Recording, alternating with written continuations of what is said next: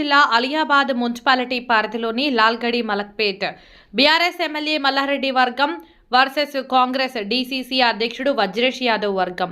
ఇరు వర్గాల మధ్య వాగ్వాదం, భౌతిక దాడులు మరియు నిరసనలు. మేడ్చల్ జిల్లా అలియాబాద్ మున్సిపాలిటీ పరిధిలోని లాల్గడి మలక్పేట గ్రామంలో రాజకీయ సెగలు రాజుకున్నాయి. బీఆర్ఎస్ మరియు కాంగ్రెస్ కార్యకర్తల మధ్య తలెత్తిన వివాదం తీవ్ర ఉద్రిక్తతకు దారితీసింది. మాజీ మంత్రి ఎమ్మెల్యే మల్లారెడ్డి వర్గీయులకు డీసీసీ అధ్యక్షుడు వజ్రేష్ యాదవ్ అనుచరులకు మధ్య మొదట మాటల యుద్ధం జరిగింది. అది కాస్త ముదిరి ఇరు వర్గాలు బాహాబాహీకి దిగారు. ఈ గందరగోళ పరిస్థితుల్లో ఎమ్మెల్యే మల్లారెడ్డి కారుపై రాళ్లదాడి జరగడంతో కారు అద్దం స్వల్పంగా ధ్వంసమైంది. ఘర్షణ అనంతరం డీసీసీ అధ్యక్షుడు వజ్రేష్ యాదవ్ బీఆర్ఎస్ అభ్యర్థి ఇంటి ముందు తన అనుచరులతో కలిసి బైఠాయించి నిరసన వ్యక్తం చేయడంతో అక్కడ పరిస్థితి మరింత ఉత్కంఠంగా మారింది. ప్రస్తుత పరిస్థితి ఘటనా స్థలానికి చేరుకున్న పోలీసులు ఇరు వర్గాలను చెదరగొట్టి పరిస్థితిని అదుపులోకి తెచ్చే ప్రయత్నం చేశారు.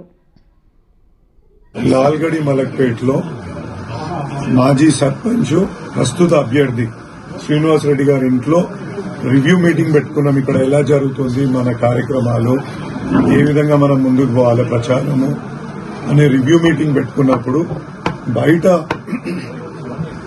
కాంగ్రెస్ సంబంధించిన ఒక డీజే వెహికల్ వాళ్ళు ఇక్కడ పెట్టి అధిక సౌండ్ తోటి, అంటే 100% డీజే తోటి వాళ్ళు పెట్టి డిస్టర్బ్ చేస్తూ ఉంటే మన కార్యకర్తలు పోయి రిక్వెస్ట్ చేసిండ్రు, అయ్యా ఈ బండిని కొంచెం ముందుకు జరపండి అంటే ఆ డ్రైవర్ ఇంకేం చేసిందంటే మొత్తం ఫుల్ సౌండ్ పెట్టేసి డీజే ఆన్ చేసేసి దాన్ని తాళం వేసుకుని ఆ డ్రైవర్ పక్కకు పోయింది. మన వాళ్ళు ఎంత రిక్వెస్ట్ చేస్తున్నా వినలేదు. రిక్వెస్ట్ చేస్తున్న తరుణంలోనే అక్కడ కాంగ్రెస్ కార్యకర్తలు వచ్చి మా పరమేశ్వర్ అనే అతని పైన దాడికి తెగబడి కొడితే తలకు గాయమై రక్తం కూడా కారుతుంది. అదేవిధంగా ఇంకా వాళ్ళ కాంగ్రెస్ కార్యకర్తలు గుండాలు అందరూ వచ్చేసి కార్ల అద్దాలు ధ్వంసం చేసి కార్ల బ్యానెట్లను ఇరగొట్టి ఇంకా నానా రకాలుగా ఇక్కడ ఇబ్బంది గురి చేస్తున్నారు.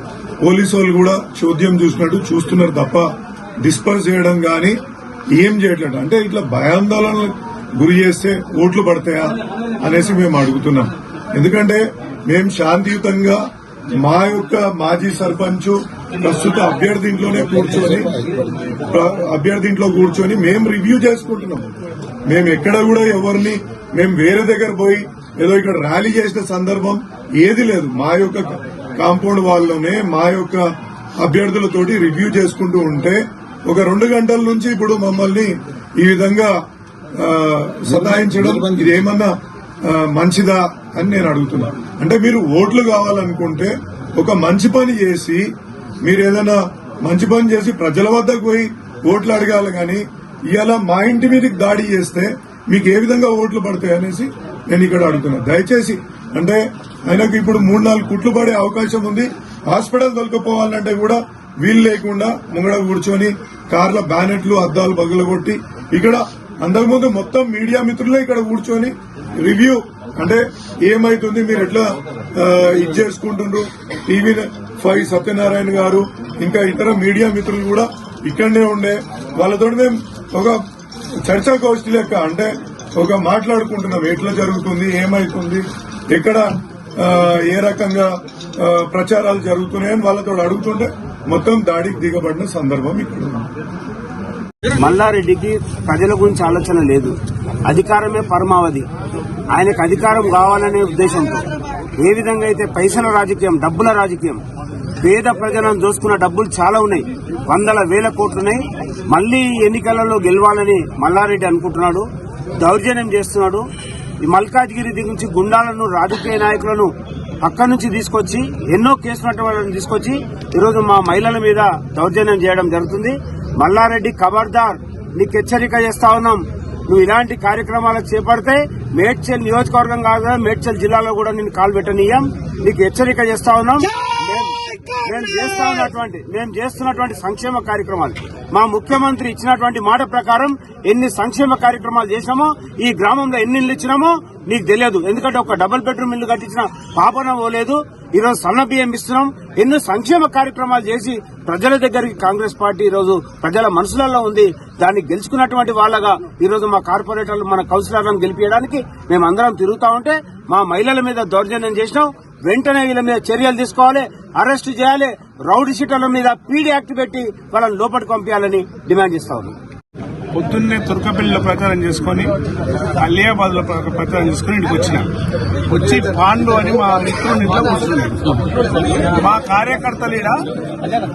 కార్యకర్తలీడ పొద్దున లేచి ఎవరి వార్డులలో వాళ్ళు తిరుగుతున్నారు. నేను వచ్చినా అని చెప్పి 20 మంది అక్కడికి వచ్చారు. వస్తే నేను అందరిని కూడా పంపించి నేను పాండు ఇంకో 2 పిల్లలను కూర్చొని మా సమస్యలు మాట్లాడుకుని బయటికి వద్దామని వస్తున్నాం. వస్తా కల నా జీప్ ఉంటుంది, ఏది నా ప్రచార రథం డీజే బండి మైకులని వీకేసారు. మైకులు వీకేసి మా సోదరు మనీళ్ళు ప్రచారానికి వస్తే వాళ్ళ చీర బట్టి లాగడం, వాళ్ళని కొట్టడం జరిగింది. కొడితే ఎందుకు కొట్టినామని మేము అడిగితే తిరగబడి కావాలని చెప్పి లోపల పోయి చాకున్నారు. వారం రోజుల నుంచి ఇది ఒక రాక్షస పరిపాలన జరుగుతుంది. రాక్షస పరిపాలన అంటే ఈ గ్రామానికి ఎవరు రావద్దు, ఈ ఊరికి ఎవరు రావద్దు, నేను రాజును అని చెప్పి తెలంగాణ నిలబడి ఆయన పైసలు పంచుతా ఉన్నాడు. నేను ఒకటే చెప్తా ఉన్నా, ఆయనకు దమ్ము ధైర్యం ఉంటే మేము మా హరివర్ధన్ రెడ్డి, మా సుధీర్ రెడ్డి, మా మహేష్, మా కుటుంబ సభ్యులందరం కలిసి మేము ఇంటింటికి ప్రచారం చేసుకుంటాం. ఆయనకు చేతగాక మల్కాజిరి నుంచి రౌడీ షీటర్లను తీసుకొచ్చి ఒక్కొక్కరి మీద 50 కేసులు ఉన్నాయి. ఆ కేసులను తీసుకొచ్చి మా వాళ్ళందరినీ భయపెడతాం. మైకులు గుంజేసి మా మహిళలను గుంజి కొట్టినందుకు క్షమాపణ చెప్పని డిమాండ్ చేస్తున్నాను. మాకేం అభ్యంతరం లేదు. నువ్వు డబ్బులు వంచుకో, కోట్లు ఇచ్చుకో, లక్షలు ఇచ్చుకో, మహిళా సోదరి మళ్ళీ ఎందుకు కొట్టాల్సి వచ్చింది? మా వాళ్ళు 4 ఉన్నారు, వాళ్ళు 100 మంది కావాలంటే మీకు వీడియోలు ఇస్తాం, చూడండి. మొత్తం వీడియోలు ఇస్తాం, చూసుకోండి. వీడియోలో తప్ప ఎవరైతే ఉన్నారో వాళ్ళు ఈ ప్రాంతం వాళ్ళు కాదు, ఈ ఊరు వాళ్ళు కాదు, ఈ ఊరికి సంబంధించినటువంటి వాళ్ళు కాదు.